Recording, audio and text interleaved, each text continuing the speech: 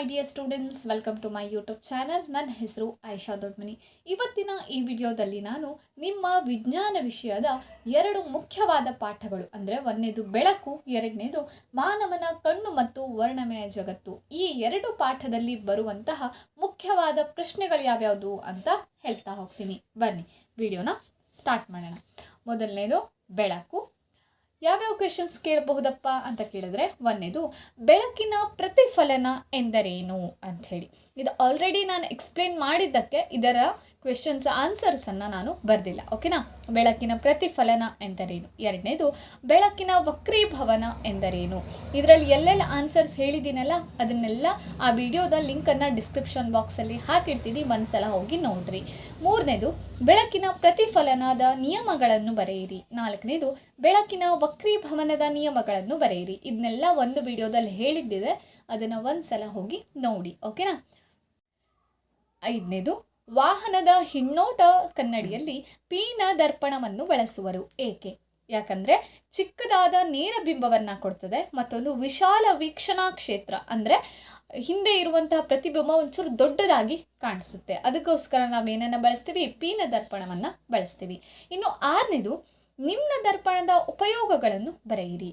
ಎಲ್ಲೆಲ್ಲಿ ಯೂಸ್ ಮಾಡ್ತಾರೆ ನಿಮ್ನ ದರ್ಪಣವನ್ನು? ಒಂದನೇದು ಟಾರ್ಚ್ಗಳಲ್ಲಿ, ತಪಾಸಣಾ ದೀಪಗಳಲ್ಲಿ, ಹೆಡ್ಲೈಟ್ಗಳಲ್ಲಿ ಮತ್ತು ಕ್ಷೌರ ದರ್ಪಣಗಳಲ್ಲಿ ನಿಮ್ನ ದರ್ಪಣವನ್ನು ಬಳಸ್ತಾರೆ. ಇನ್ನು ಏಳನೇದು ವರ್ಧನೆ ಎಂದರೇನು. ಪ್ರತಿಬಿಂಬದ ಗಾತ್ರ ಮತ್ತು ವಸ್ತುವಿನ ಗಾತ್ರಕ್ಕಿರುವ ಅನುಪಾತವನ್ನು ನಾವೇನೆಂದ ಕರಿತೀವಿ? ವರ್ಧನೆ ಎಂದು ಕರೆಯುತ್ತೇವೆ.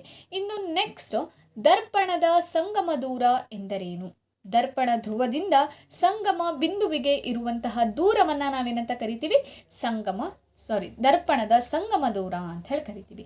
ಇನ್ನು ನೆಕ್ಸ್ಟ್ ಒಂಬತ್ತನೇದು ದೃಕ್ಕೇಂದ್ರ ಎಂದರೇನು. ಸಿಂಪಲ್, ಮಸೂರದ ಕೇಂದ್ರವನ್ನು ನಾವೇನಂತ ಕರಿತೀವಿ?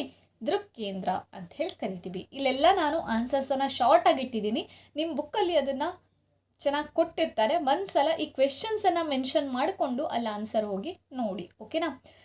ನೆಕ್ಸ್ಟು ಹತ್ತನೇದು ವಕ್ರೀಭವನದ ಸೂಚ್ಯಾಂಕ ಎಂದರೇನು. ಎರಡು ಮಾಧ್ಯಮಗಳಿಗೆ ಸಂಬಂಧಿಸಿದಂತೆ ದಿಕ್ಕಿನ ಬದಲಾವಣೆಯ ಪ್ರಮಾಣವನ್ನು ವಕ್ರೀಭವನ ಸೂಚ್ಯಾಂಕ ಎಂದು ಕರೆಯುತ್ತಾರೆ. ನೆಕ್ಸ್ಟು ಪೀನ ದರ್ಪಣ ಮತ್ತು ನಿಮ್ನ ದರ್ಪಣಕ್ಕಿರುವ ವ್ಯತ್ಯಾಸ ಬರೆಯಿರಿ. ನಾನು ಆಲ್ರೆಡಿ ವ್ಯತ್ಯಾಸದ ಮೇಲೆ ಒಂದು ವಿಡಿಯೋನ ಅಪ್ಲೋಡ್ ಮಾಡಿಟ್ಟಿದ್ದೀನಿ, ಆ ವಿಡಿಯೋದ ಲಿಂಕನ್ನು ಡಿಸ್ಕ್ರಿಪ್ಷನ್ ಬಾಕ್ಸಲ್ಲಿ ಹಾಕಿರ್ತೀನಿ, ನೀವು ಹೋಗಿ ನೋಡಿದ್ರೆ ಎಲ್ಲ ವ್ಯತ್ಯಾಸಗಳು ನಿಮಗೆ ಸಿಕ್ಬಿಡುತ್ತೆ, ಓಕೆನಾ. ಸರಿ, ನೆಕ್ಸ್ಟ್ ಕ್ವೆಶನ್ ಯಾವುದು ಅಂತ ನೋಡೋಣ ಬರ್ರಿ. ಮಸೂರದ ಸಾಮರ್ಥ್ಯ ಎಂದರೇನು. ಅದರ ಮೂಲಮಾನ ಬರೆಯಿರಿ. ಮಸೂರವು ಬೆಳಕಿನ ಕಿರಣಗಳನ್ನು ಕೇಂದ್ರೀಕರಿಸುವ ಅಥವಾ ವಿಕೇಂದ್ರೀಕರಿಸುವ ಸಾಮರ್ಥ್ಯವನ್ನು ಮಸೂರದ ಸಾಮರ್ಥ್ಯ ಎನ್ನುವರು. ಅದರ ಮೂಲಮಾನ ಡಯಾಪ್ಟರ್, ಅದನ್ನು ಡಿ ಅಕ್ಷರದಿಂದ, ಕ್ಯಾಪಿಟಲ್ ಡಿ ಅಕ್ಷರದಿಂದ ಸೂಚಿಸ್ತಾರೆ. ಇನ್ನು ನೆಕ್ಸ್ಟು 13ನೇದು ಗೋಳೀಯ ದರ್ಪಣ ಎಂದರೇನು. ಇದರ ಎರಡು ವಿಧಗಳು ಯಾವುವು. ದರ್ಪಣದ ಪ್ರತಿಫಲಿಸುವ ಮೇಲ್ಮೈ ಗೋಳದ ಒಂದು ಭಾಗವಾಗಿದ್ದರೆ ಅದನ್ನು ಗೋಳೀಯ ದರ್ಪಣ ಎನ್ನುವರು. ಅದರ ವಿಧಗಳು ಪೀನ ದರ್ಪಣ ಮತ್ತು ನಿಮ್ನ ದರ್ಪಣ, ಓಕೆನಾ. ಇನ್ನು 14ನೇದು ಗೋಳೀಯ ದರ್ಪಣದ ಅಪಾರ್ಚರ್ ಎಂದರೇನು. ದರ್ಪಣದ ಪ್ರತಿಫಲಿಸುವ ಮೇಲ್ಮೈಯ ವ್ಯಾಸವನ್ನು ನಾವೇನಂತ ಕರಿತೀವಿ? ಅಪಾರ್ಚರ್ ಅಂತೇಳಿ ಕರಿತೀವಿ. ನೆಕ್ಸ್ಟು 15ನೇದು ಪೀನ ಮಸೂರದ ಮತ್ತು ನಿಮ್ನ ಮಸೂರದ ಸಂಗಮ ಬಿಂದು ಎಂದರೇನು. ಪೀನ ಮಸೂರದ ಸಂಗಮ ಬಿಂದು ಅಂದರೆ ವಕ್ರೀಭವನಗೊಂಡ ಬೆಳಕಿನ ಕಿರಣಗಳು ಸೇರುವ ಬಿಂದುವನ್ನು ನಾವೇನಂತ ಕರಿತೀವಿ?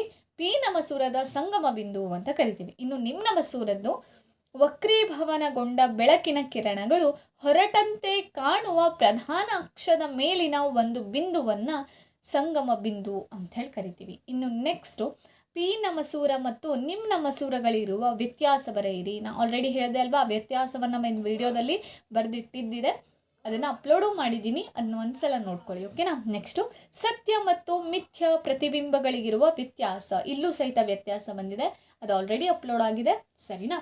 ಇನ್ನು ನೆಕ್ಸ್ಟ್ ಇರುವಂತಹ ಪಾಠ ಯಾವುದು ಅಂತ ನೋಡೋಣ ಬರ್ರಿ.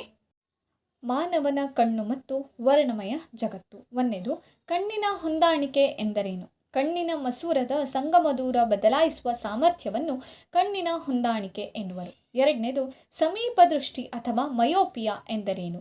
ಕೆಲವೊಂದ್ಸಲ ಸಮೀಪ ದೃಷ್ಟಿ ಅಂತ ಹೇಳ್ಕೊಡಲ್ಲ, ಡೈರೆಕ್ಟಾಗಿ ಮಯೋಪಿಯಾ ಅಂತ ಕೊಡ್ತಾರೆ, ಸೊ ಎರಡೂ ಒಂದೇ ಅನ್ನೋದನ್ನು ನೆನ್ಪಿಟ್ಕೊಳ್ಳಿ. ಪರಿಹಾರವನ್ನು ಬರೆಯಿರಿ.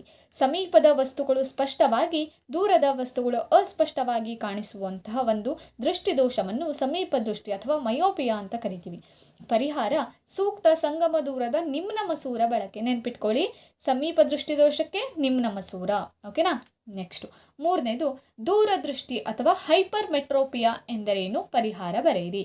ದೂರದ ವಸ್ತುಗಳು ಸ್ಪಷ್ಟವಾಗಿ, ಸಮೀಪದ ವಸ್ತುಗಳು ಅಸ್ಪಷ್ಟವಾಗಿ ಕಾಣಿಸುವುದು, ಇಂತಹ ದೃಷ್ಟಿದೋಷವನ್ನು ದೂರದೃಷ್ಟಿ ಅಥವಾ ಹೈಪರ್ ಮೆಟ್ರೋಪಿಯಾ ಅಂತ ಕರಿತೀವಿ. ಇದು ಸಮೀಪ ದೃಷ್ಟಿ ಮತ್ತು ದೂರದೃಷ್ಟಿ ಅಪೋಸಿಟ್ ಇದೆ, ಒಂದ್ಸಲ ಕರೆಕ್ಟಾಗಿ ನೋಡ್ಕೊಳ್ಳಿ. ಇನ್ನು ಪರಿಹಾರ: ಸೂಕ್ತ ಸಂಗಮ ದೂರದ ಪೀನ ಮಸೂರವನ್ನು ಬಳಕೆ ಮಾಡಬೇಕು. ಇನ್ನು ನೆಕ್ಸ್ಟ್ ನಾಲ್ಕನೇದು ಪ್ರಿಸ್ಬಯೋಪಿಯಾ ಎಂದರೇನು? ಪರಿಹಾರ ಬರೆಯಿರಿ. ವಯಸ್ಸಾದವರಲ್ಲಿ ಕಣ್ಣಿನ ಹೊಂದಾಣಿಕಾ ಸಾಮರ್ಥ್ಯ ಕಡಿಮೆಯಾಗಿ ಸಮೀಪದ ಮತ್ತು ದೂರ ವಸ್ತುಗಳು ಅಸ್ಪಷ್ಟವಾಗಿ ಕಾಣಿಸುವುದನ್ನು ಪ್ರಿಸ್ಬಯೋಪಿಯಾ ಎಂದು ಕರೆಯುತ್ತಾರೆ. ಇನ್ನು ಪರಿಹಾರ: ದ್ವಿಸಂಗಮ ದೂರವಿರುವ ಮಸೂರವನ್ನು ಬಳಕೆ ಮಾಡಬೇಕು. ಇನ್ನು ಐದನೇದು ಬೆಳಕಿನ ರೋಹಿತ ಎಂದರೇನು? ಬೆಳಕಿನ ಬಣ್ಣಗಳ ಪಟ್ಟಿಯನ್ನು ಬೆಳಕಿನ ರೋಹಿತ ಎನ್ನುವರು. ಓಕೆನಾ. ಇನ್ನು ಆರನೇದು ಕಾಮನಬಿಲ್ಲು ಹೇಗೆ ಉಂಟಾಗುತ್ತದೆ? ಈ ಕಾಮನಬಿಲ್ಲು ನೀರಿನ ಹನಿಯು ಸೂರ್ಯನ ಬೆಳಕನ್ನು ಒಂದನೇದು ವಕ್ರೀಭವನಗೊಳಿಸಿ ಚದುರಿಸುವುದು, ಎರಡನೇದು ಆಂತರಿಕ ಪ್ರತಿಫಲನಗೊಳಿಸುವುದು, ಮೂರನೇದು ವಕ್ರೀಭವನಗೊಳಿಸುವುದು.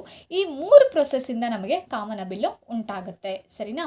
ನೋಡ್ರಿ, ಈ 3 ಪ್ರೊಸೆಸ್ಸನ್ನು ಕರೆಕ್ಟಾಗಿ ನೆನ್ಪಿಟ್ಕೋಬೇಕು. ಇನ್ನು ನೆಕ್ಸ್ಟ್ ಒನ್ ಯಾವುದು ಅಂತ ನೋಡೋಣ ಬರ್ರಿ. ನಕ್ಷತ್ರಗಳು ಮಿನುಗಲು ಕಾರಣವೇನು? ವಾಯುಮಂಡಲದ ಪದರಗಳಲ್ಲಿ ಬೆಳಕಿನ ಅನೇಕ ವಕ್ರೀಭವನವಾಗುವುದರಿಂದ ನಕ್ಷತ್ರಗಳು ಮಿನುಗುತ್ತವೆ.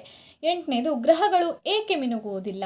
ಭೂಮಿಗೆ ಸಮೀಪದಲ್ಲಿವೆ ಮತ್ತು ವಿಸ್ತರಿಸಿದ ಬೆಳಕಿನ ಮೂಲದಂತೆ ಕಾಣುತ್ತವೆ, ಆದ್ದರಿಂದ ಗ್ರಹಗಳು ಮಿನುಗುವುದಿಲ್ಲ. ಒಂಬತ್ತನೇದು ಟಿಂಡಾಲ್ ಪರಿಣಾಮ ಎಂದರೇನು? ಕಲೀಲಗಳು ಬೆಳಕಿನ ಕಿರಣಗಳನ್ನು ಚದುರಿಸುವ ವಿದ್ಯಮಾನವನ್ನು ನಾವೇನಂತ ಕರಿತೀವಿ? ಟಿಂಡಾಲ್ ಪರಿಣಾಮ ಅಂತ ಹೇಳಿ ಕರಿತೀವಿ. 10ನೇದು ಶೀಘ್ರ ಸೂರ್ಯೋದಯ ಮತ್ತು ವಿಳಂಬಿತ ಸೂರ್ಯಾಸ್ತಕ್ಕೆ ಕಾರಣವೇನು? ವಾಯುಮಂಡಲದ ವಕ್ರೀಭವನವೇ ಶೀಘ್ರ ಸೂರ್ಯೋದಯ ಮತ್ತು ವಿಳಂಬ ಸೂರ್ಯಾಸ್ತಕ್ಕೆ ಕಾರಣವಾಗಿರುತ್ತೆ. ಇನ್ನು 11ನೇದು ಅಪಾಯದ ಸಂಕೇತದಲ್ಲಿ ಕೆಂಪು ಬಣ್ಣವನ್ನು ಬಳಸಲು ಕಾರಣವೇನು? ಕೆಂಪು ಬಣ್ಣದ ತರಂಗ ದೂರ ಹೆಚ್ಚು ಮತ್ತು ಕೆಂಪು ಬಣ್ಣ ಕಡಿಮೆ ಚದುರುತ್ತದೆ, ಆದ್ದರಿಂದ ನಾವೇನು ಮಾಡ್ತೀವಿ? ಅಪಾಯದ ಸಂಕೇತದಲ್ಲಿ ಕೆಂಪು ಬಣ್ಣವನ್ನು ಬಳಸ್ತೀವಿ. ಇನ್ನು 12ನೇದು ದಿಕ್ಪಲ್ಲಟ ಕೋನ ಎಂದರೇನು?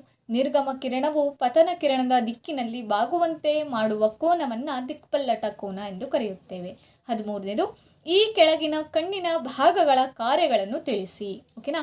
ಕಣ್ಣಿನ ಭಾಗದ ಕಾರ್ಯಗಳು: ಒಂದನೇದು ಪಾಪೆ, ಐರಿಸ್, ಮಸೂರ, ಅಕ್ಷಿಪಟಲ ಮತ್ತು ಇದು 4. ಇದು 4ರದ್ದು ಕಾರ್ಯ ಏನು ಅನ್ನೋದು ಕರೆಕ್ಟಾಗಿ ನೋಡ್ಕೊಂಡು ಇಟ್ಕೊಳ್ಳಿ. ಓಕೆನಾ. ಕಣ್ಣನ್ನು ಬಿಡಿಸೋದು ಬೇರೆ, ಅದ್ರ ಕಾರ್ಯಗಳನ್ನು ಬರೆಯೋದು ಬೇರೆ ಆಗುತ್ತೆ.